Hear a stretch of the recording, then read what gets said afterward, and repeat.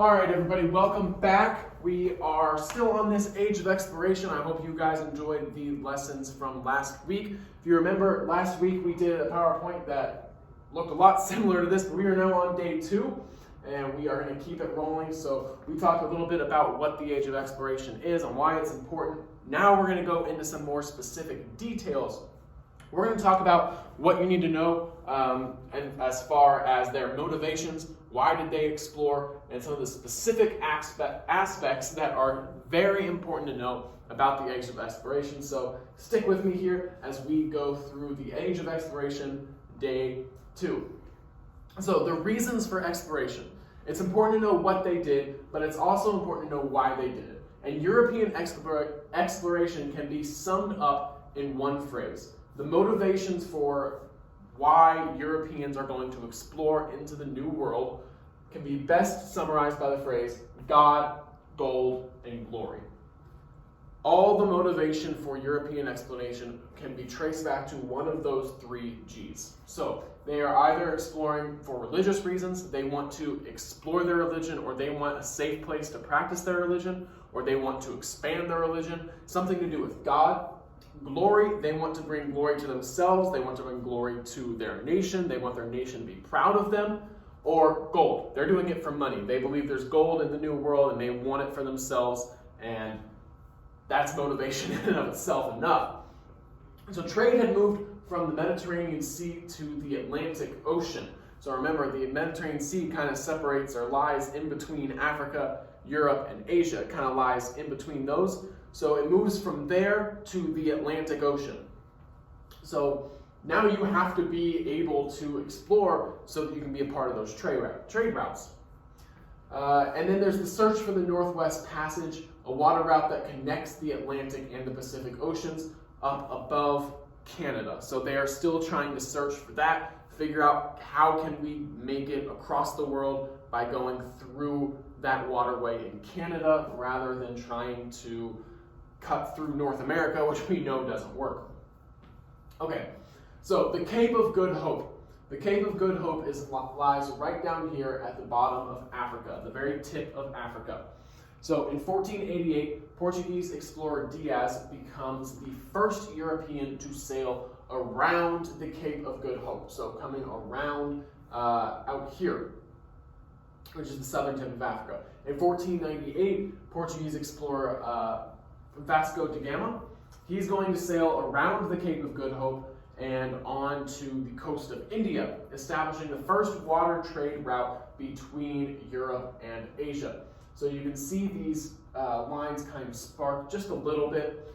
And then you have the arrival of Portuguese explorers that resulted in the growth of African slave trade.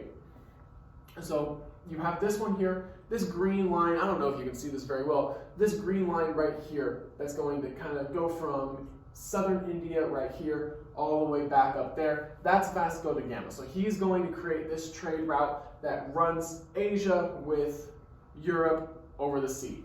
This yellow line right here that kind of hugs Africa all the way down, that's going to be Bartolomeo, I don't know how to say his first name, but it's Diaz, and I know the last name. But that's going to be Diaz. And then you have this purple line right here, and that's just a little bit, that's going to be mainly what you see with slave trading. So you have Spain and Portugal here. And remember, those are 2 major players in early age of exploration, and they are going to be involved in early African slave trading. So then you have the Strait of Magellan, and it's going to be right down here. If you see, it kind of cuts off the Cape of Good Hope. It kind of just cuts this little corner out, just making the trip from India, which is up here, out to the Atlantic Ocean, just makes it that much quicker when you can cut through there. And in 1519, Ferdinand Magellan, he left Spain with 5 ships, navigated his fleet around the southern tip of Africa. The route he mapped is called the Strait of Magellan and is still used today. It is still used today to kind of cut out that extra voyage. That's the Strait of Magellan. One ship returned to Spain 3 years later without Magellan, who was killed by natives in the Philippines. We're not really going to talk about that in this class, but that's kind of how Magellan met his end. Quick facts to know, real quick. Explorers sailed for God because they wanted to spread Christianity to what they believed were savages or Native Americans who had that different way of life and had not ever heard of Christianity before. So they sailed for God. European powers were interested in developing water trade routes in order to establish the quickest way to trade with Asia. So again, if you don't get involved in this age of exploration, if you don't get involved in these trade routes, you're going to get left out and your economy is going to suffer for it. European explorers were searching for a northwest passage to find a water route that connected the Atlantic and the Pacific Oceans. Remember, important to know, that's what they were still trying to search for, is a water route to get all the way around the world without having to dip all the way underneath South America. They wanted to go above Canada, so they were still looking for a way to do that. Explorers wanted to sail for glory, to make their nations proud of them. So you have, again, God, these two are gold, and then glory at the bottom. Okay, the effects of cultural exchange. So during the age of exploration, you have different cultures that are going to be interacting that have never interacted with one another before. You have Europeans interacting with Native Americans. We know that didn't go well, but we're going to get into that a little bit more this week. You have Europeans interacting with African Americans, and that didn't end well either. Pretty much anyone the Europeans interacted with, it did not end well for the other group. And we will talk about why that is. However, there are a few, sorry about that. There are a few exceptions, but when we talk about those exceptions, we're mainly talking about Europeans interacting with other Europeans who came to the New World from Europe. And I'm going to explain what that means. We're talking about the Columbian Exchange here. One of the largest exchanges between cultures in world history. Europeans were introduced to new plants, animals, and foods in these new lands. So when you come over to the New World, they have new plants, they have new animals, they have things that Europe had never seen before. And so now the New World and the Old World can trade with one another. And that opens Europeans up to several different things that they had never experienced before. So European products, foods, and diseases made their way to newly explored lands. So Europeans are going to come over to the New World. They're going to discover new things that they had never had before. They're going to take some of those things and bring them back to Europe. They're going to take some of their things and they're going to leave them in the New World. However, not all of those things are good. And then with this as well, slave trade is also going to boom. So when we talk about the Columbian Exchange, this is a very common graphic that you can see. So things coming over from the New World. You have tobacco, pumpkin, squash, turkey, avocado, sweet potato, peppers, pineapple, peanuts, potatoes, tomatoes, corns, beans, vanilla, all of this stuff. Pretty much all good things coming from the New World to the Old World. Then you look at things that are leaving the Old World and going to the New World. You have your good things. You have onions, citrus fruits, grapes, bananas, coffee beans, peaches, pears, sugarcane. All that stuff is leaving and it's going down there, and that's great. But you also have this long list of other stuff. You have smallpox, influenza, typhus, measles, malaria, whooping cough. There's a lot of bad stuff that is going from here to there. And the thing about the Native Americans in the New World is they had absolutely no immunity to any of these diseases. Over time, when you are exposed to diseases, you become kind of used to them and your body can handle them a little bit better. That's what's called your immune system. Native Americans had an immune system, but for different diseases, not these.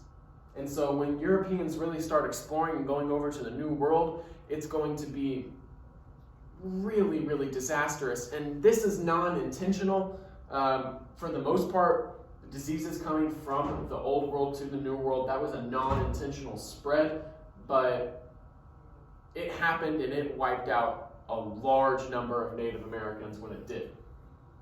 So let's talk about sugar, coffee, and tobacco. These are the big three. These are the three cash crops that were introduced to Europe and became wildly popular. All three required huge plantations and to produce the crops. Native Americans were first enslaved to work on these plantations in the New World, but most died quickly from disease or simply ran away. So you have Europeans coming over to the New World, setting up plantations, enslaving Native Americans, and keeping them enslaved, at least the ones that didn't die as soon as they got there.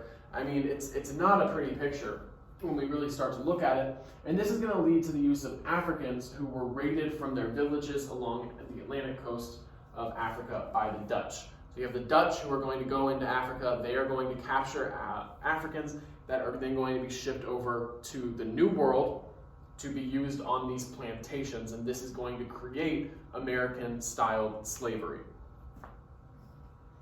So let's talk about the triangle trade. Let's see if I have a graphic on the next slide. I know this is some heavy stuff. I really do. So just a quick look at the triangle trade. So very essentially you have New World here, Old World, Africa. That's the triangle trade. So you have raw materials like we saw in the Columbian Exchange coming from the New World over to the Old World. You have manufactured goods coming from here to there, and you have the Middle Passage, which is just slaves coming from Africa to the New World. So that is a very, very basic look at the triangle trade. So the triangle trade involves a slave trade across the Atlantic Ocean, and the trade that brought manufactured goods down to Africa. They traded cloth, weapons, and rum and gold for slaves. So African slaves shipped to plantations in the Americas. They were shipped there to work, but essentially to be slaves. The Middle Passage, what became known as the route that slaves were taken by ships to the Americas, that was known as the Middle Passage. They were packed in hulls of ships like sardines. They were packed tightly to the point where it would be like, it was a 3-week endeavor to get from Africa to the New World. So you're on a ship for 3 weeks and you are chained down with no room to move. There's somebody right here, there's somebody right here, you cannot move. There's nowhere to move even if you could. You are under a deck with 1,000 other people. It's hot, you can't breathe, and several thousands of African citizens who are captured and then sent to the New World to be slaves aren't even going to make it to the New World because they're going to die on the Middle Passage on the way. I mean, we're talking about some really heavy stuff here today, and I'm sorry, but that's just the way this period is. We really try to gloss it over as exploration and new ideas and innovation, but underlying that is a lot of really, really horrific stuff that it's important to talk about. One thing I do want to mention about African slave trading. So we have a common conception that Africans were captured by white Europeans and then smuggled onto ships and then sent across. And that definitely was happening. That was happening a lot. But another thing that was also happening was that there were laws in Africa that the penalty for was slavery in the New World. So in exchange for these manufactured goods, Europeans made African tribes pass laws or rules that said, if you're caught stealing, then we're going to sell you to Europeans and then you're going to go across. So a lot of, mainly what was happening is that they were being captured, which is horrific.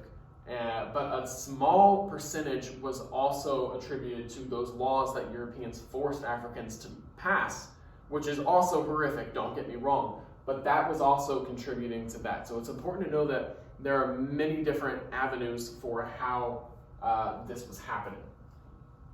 More quick facts to know. European powers became interested in the slave trade because they needed workers to work in the fields in America. Tobacco was a crop that was exchanged from the Americas to Europe in the Columbian Exchange. Remember those tobacco plantations that required a large amount of labor, and they sought African slaves as a way to accommodate that labor.